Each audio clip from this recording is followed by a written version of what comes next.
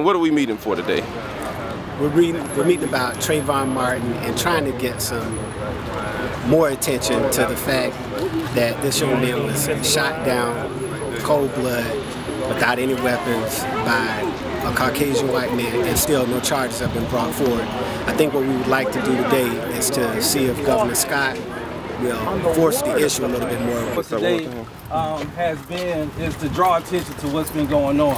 Obviously, we're not attorneys for the Trayvon Martin case. We're all criminal defense attorneys here in town.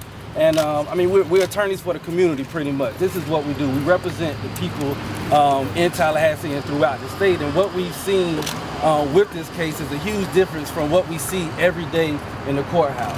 It's never a case. We get probable cause affidavits, but between the 7 attorneys that's been looking at this situation, we see probable cause affidavits day in and day out, thousands of them. And it takes a lot less than what's going on in Sanford, Florida in order to make an arrest. The reality of it is that you don't need an indictment in order to charge somebody with a second-degree murder or for a manslaughter. You only need an indictment for a first-degree murder.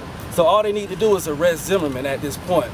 The evidence is there, the witnesses said it, and again, what we see every day is a lot less that is necessary in order to make that arrest, and that's what we want to point out.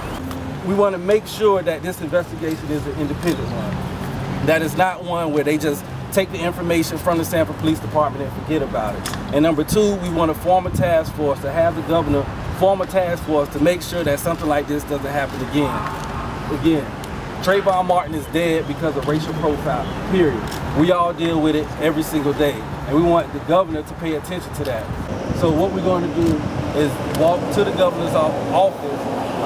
We didn't get an invitation and we didn't actually come, but we are going to walk to the governor's office and try to sit down and talk with him and explain to him what our concerns are about this case and present him with what we're asking. So if anybody else has any questions or any concerns, we can address those, and then we'll head over to the Capitol. Definitely, we are all here because we're mad. We're extremely upset that there's a 17-year-old boy that should be preparing to go to the junior prom this May who now finds himself moldering in a grave. That doesn't get your blood boiling and make you understand that we have to stand up and say something about that in this so-called post-racial generation. I don't know what else is going to get your blood boiling. You have to understand that there are millions of people of good conscience of all races across these United States who are looking here at the state of Florida right now and realizing that a young man is in the grave, not too dissimilar from Emmett Till, not too dissimilar from Claude Neal, not too dissimilar from Andrew Goodman, Mickey Schwerner, and James Chaney. Thank you very much, okay? And the fact that, again, we're dealing with this 50, 60 years later, it saddens us, and we are here to make an effective change. Let me get off the phone. Justice for Trayvon. Justice for Trayvon. Justice for Trayvon. Justice for Trayvon. Justice for Trayvon. Justice for Trayvon. Justice for Trayvon. Justice for Trayvon. Justice for Trayvon. Justice for Trayvon. Justice for Trayvon. Justice for Trayvon.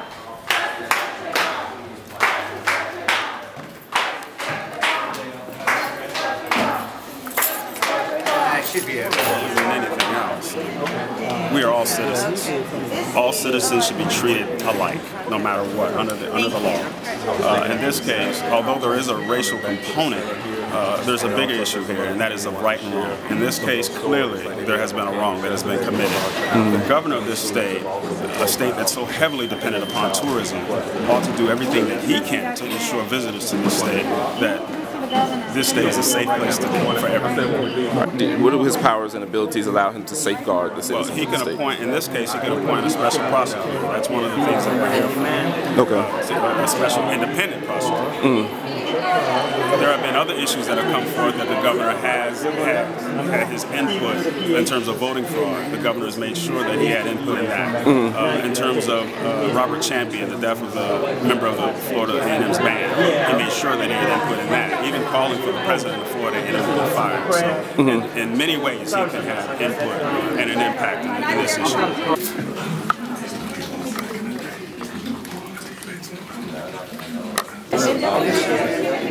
in that case, it was awful to take the cross on his roommates, but still, it's too much of this going on amongst our kids. What we were hoping for is if Attorney Akbar could read the contents of the letter that we have provided this day to Governor Scott. So Attorney Akbar?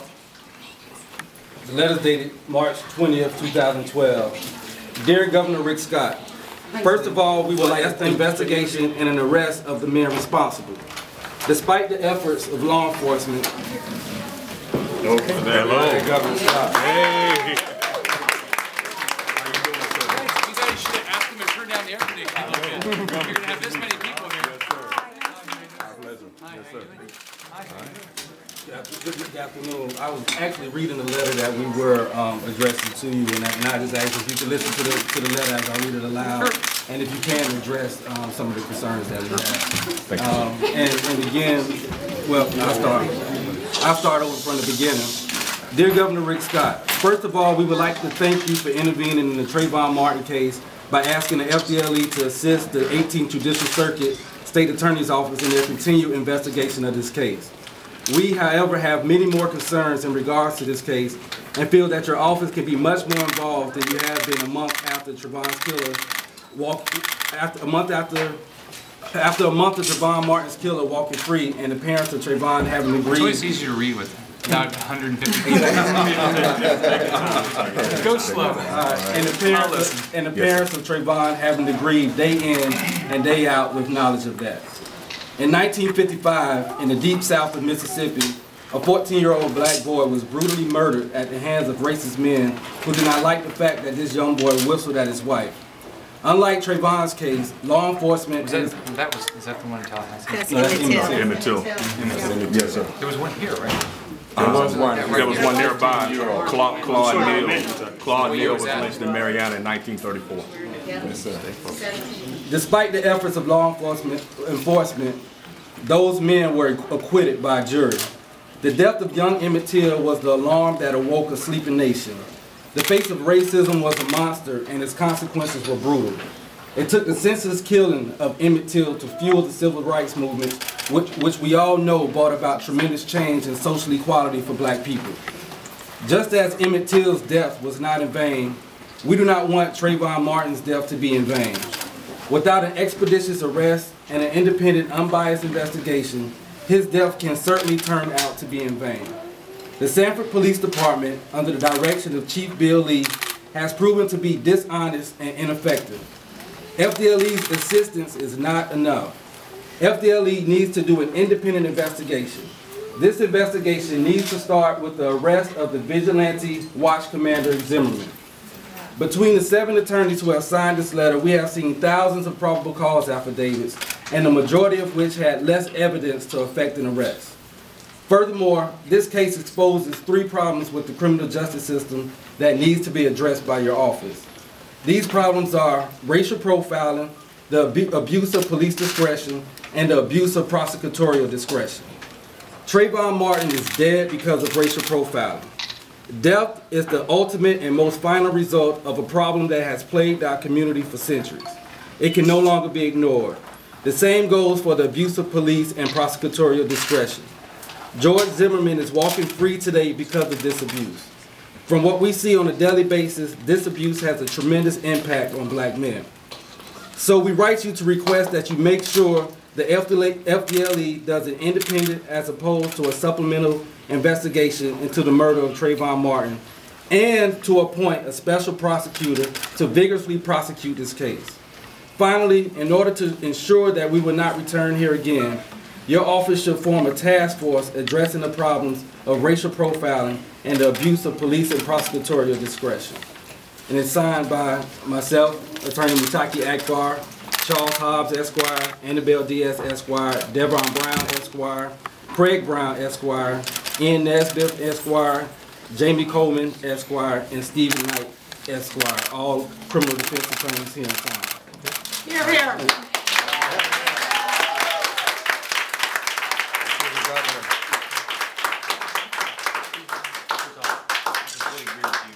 There's no way we could ever have any racial profiling.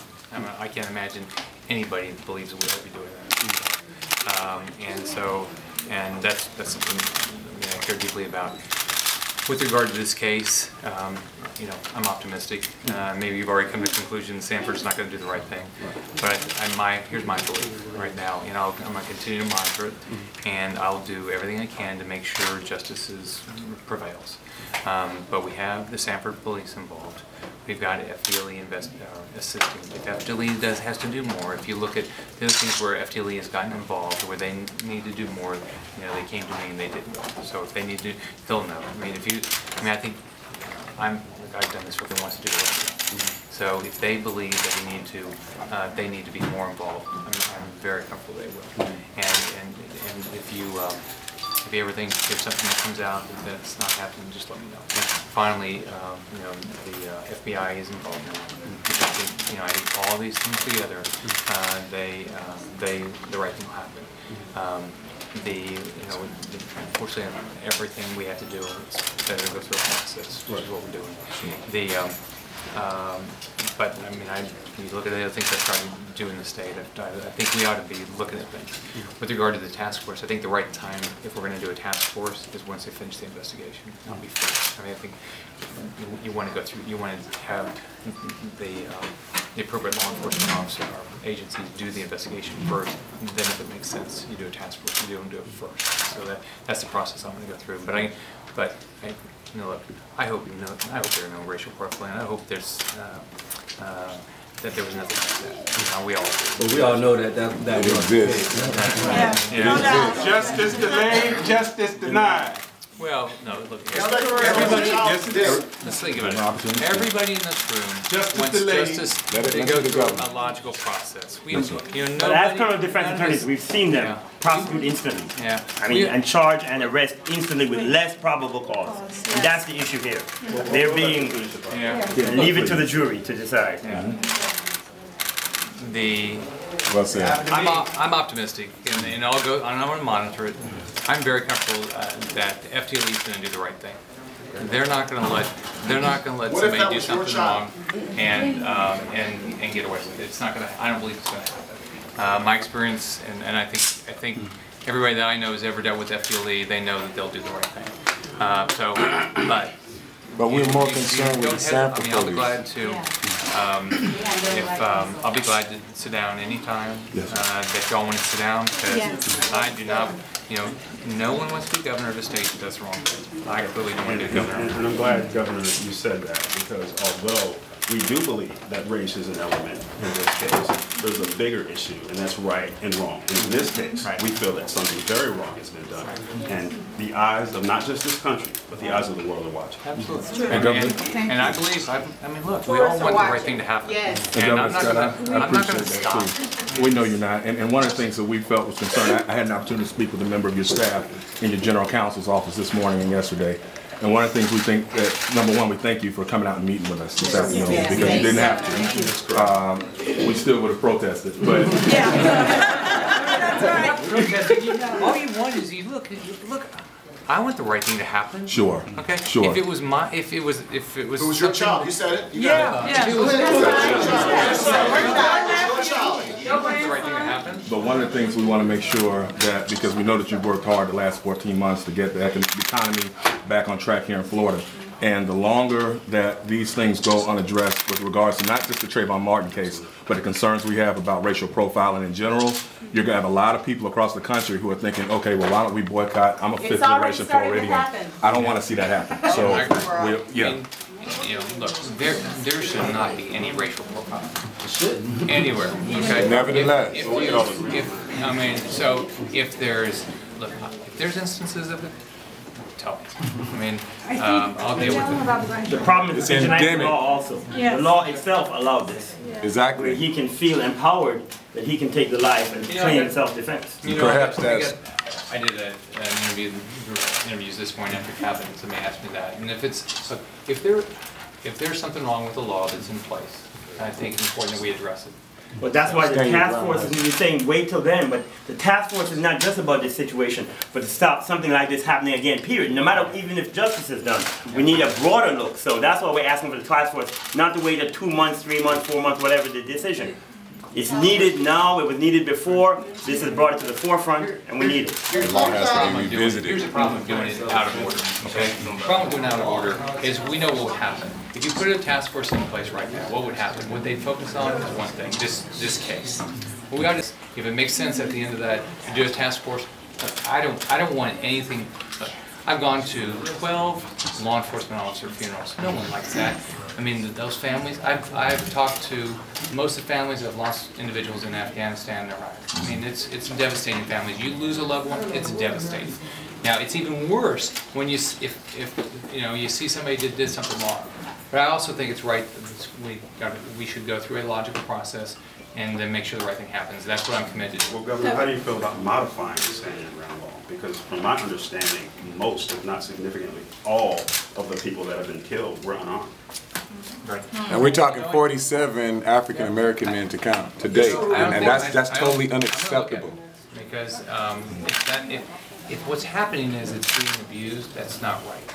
For the state. And then that's not right. I mean, we all want to live in a safe place. It's literally a license to kill, it seems. The right process. A little bit over an hour ago, we learned that the grand jury is convening to indict Mr. Zimmerman. That's not the right process. The state attorney for Sanford has already acknowledged that if they do charge him, they'll charge him with manslaughter. It's not necessary to indict Mr. Zimmerman with the manslaughter charge. They need a probable cause affidavit. Arrest needs to be made. I mean, as attorneys, a grand jury indictment is going to be confidential. We're never going to know, and it's very, very likely that he could walk, given how the abuse in the police investigation, their discretion, and now the state attorney is even biased in regards to it. I did what you just told me I didn't know. I mean, I didn't know that's a process they're And going a through. lot I'll of find people out. don't. I'll find out. An indictment is only necessary for a first-degree murder charge. They're not going to charge him with first-degree murder. They're not going to charge him with It's not first-degree murder, so the necessary. state attorney... This is only going to ensure that an acquittal is done, or even worse, he's not charged at all. Okay, thank you all. And that's totally unacceptable. That's not acceptable. Totally unacceptable. Thanks a lot. Have the power to do something, Governor. It's you will record. Thank you, Governor. Justice for Trayvon! Justice for Trayvon! Justice for Trayvon! Justice for Trayvon! Justice for Trayvon! Justice for Trayvon! Justice for Trayvon! Justice for Trayvon! Justice for Trayvon! Justice for Trayvon! Justice for Trayvon! Justice for Trayvon! Justice for Trayvon!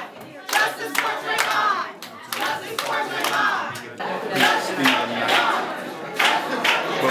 I'm sorry. No, go ahead.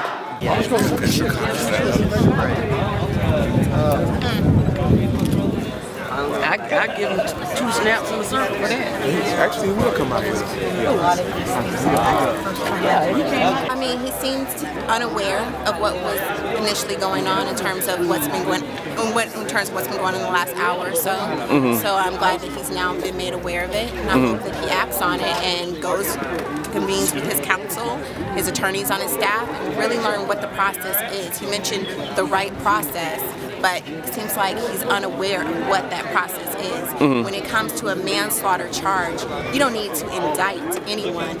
You can just have the police do a probable cause affidavit that is sufficient to arrest a defendant and then bring them to justice. There's plenty of white people that are equally concerned as sister. mothers Amen. about all these guns and the freedom to buy guns in our community right down here at Leon County Fairgrounds. That's right. We need to talk about the actual laws, how we can change them, and how the governor can be proactive instead of reactive. This does not need to happen to another young kid, let alone a young black male. But something that happens in the community of color is that you have to have a talk about racial profiling. What do you do when you get pulled over by an officer, you know, when you weren't doing anything wrong? What are your rights? I mean, these are issues that are significant to people of color, and I think these are issues that need to be addressed. And that's why it resonates so well with all of us and so many other students across the country. It's because we really feel like he is us, and it could have been us.